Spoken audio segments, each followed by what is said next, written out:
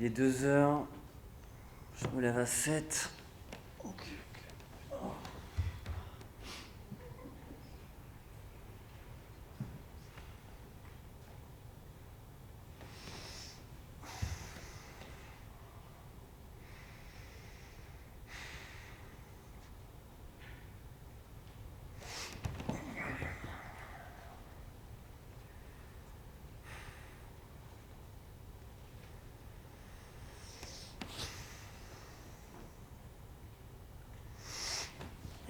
Bon,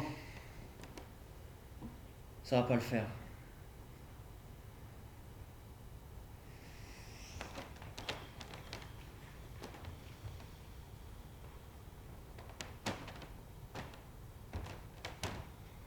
Personne n'est debout là? Pas quelqu'un qui est réveillé? Non, bah non.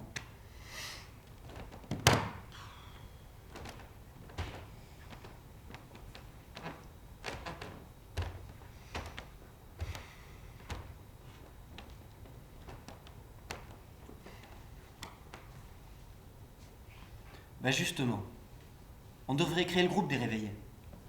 Un peu comme les alcooliques anonymes, mais pour des gens qui sont là à des heures incongrues.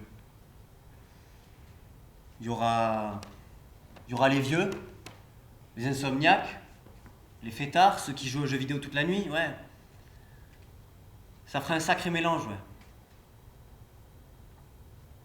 Il y aura Christine, à 4h du matin, qui arrivera juste après sa petite balade avec Hector, son caniche mort empaillé depuis 3 ans, une demi-bouteille de parfum vidée sur le cou, pas très grande, mais avec une bonne voix bien aiguë pour rappeler à tout le monde qu'elle est là. Coucou les copines! Et juste à côté, on aura Julien. Julien qui reviendra de la plus grande soirée que l'univers ait jamais connue, vu son état. La chemise déboutonnée jusqu'au nombril et les cheveux gras.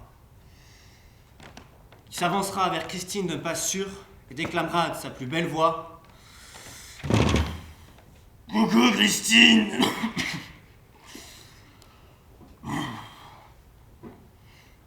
Et ici, il y aura Nicolas. Nicolas, très grand, très blanc, qui n'a sûrement jamais vu la lumière du jour. Les lunettes carrées, la vingtaine, et qui se tiendra là les bras croisés. Bon! On s'est bien marré, c'était sympa, on a bien rigolé.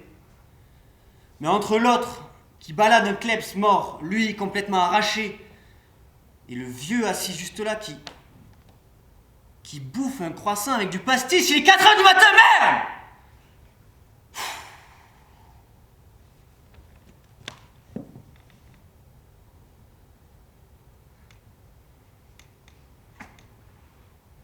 Quoi? Et sur cette chaise, on aura l'ancien du groupe. René, 80 ans, pas beaucoup de cheveux, un peu avachi par la vie. Pas très content d'être ici, mais au moins il est là. Et comme l'a dit Nicolas, il a des goûts culinaires assez prononcés.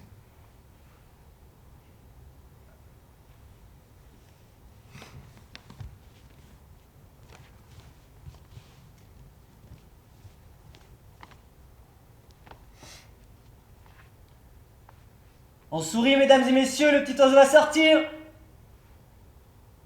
Et clac! Alors, vous êtes pas beau là?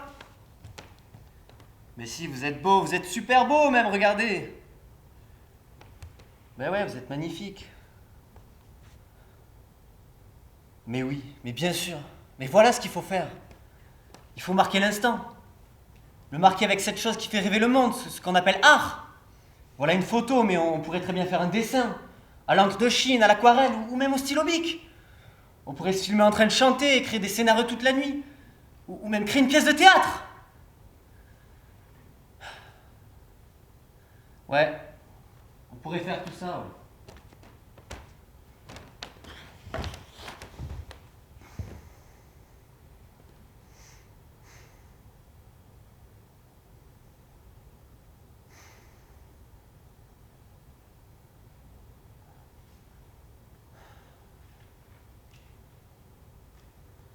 Des fois, j'ai l'impression que la nuit est vide.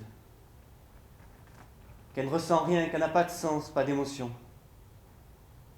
Alors que c'est là, au moment où on s'y attend le moins, sorti de nulle part.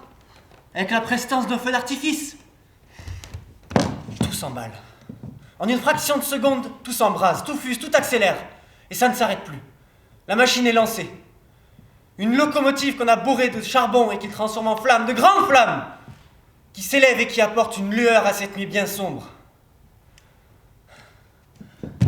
Sur ces rails, sur ce chemin bien tracé, une traînée de lumière commence vaguement à se dessiner.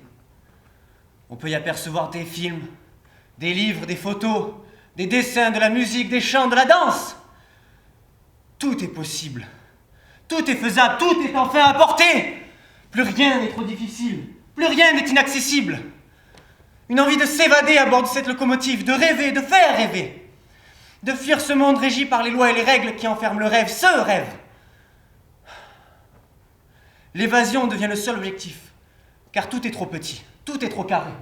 Tout est rangé dans des cases qui se ressemblent et qui sont à s'y méprendre qu'une seule et même case.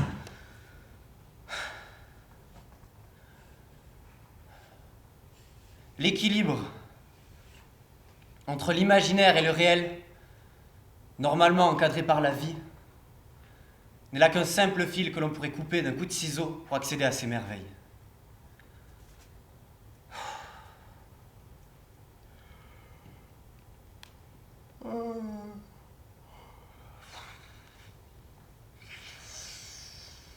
Mais bon, je n'ai ni ciseaux, ni courage, et en plus, il me reste que 4 heures de sommeil.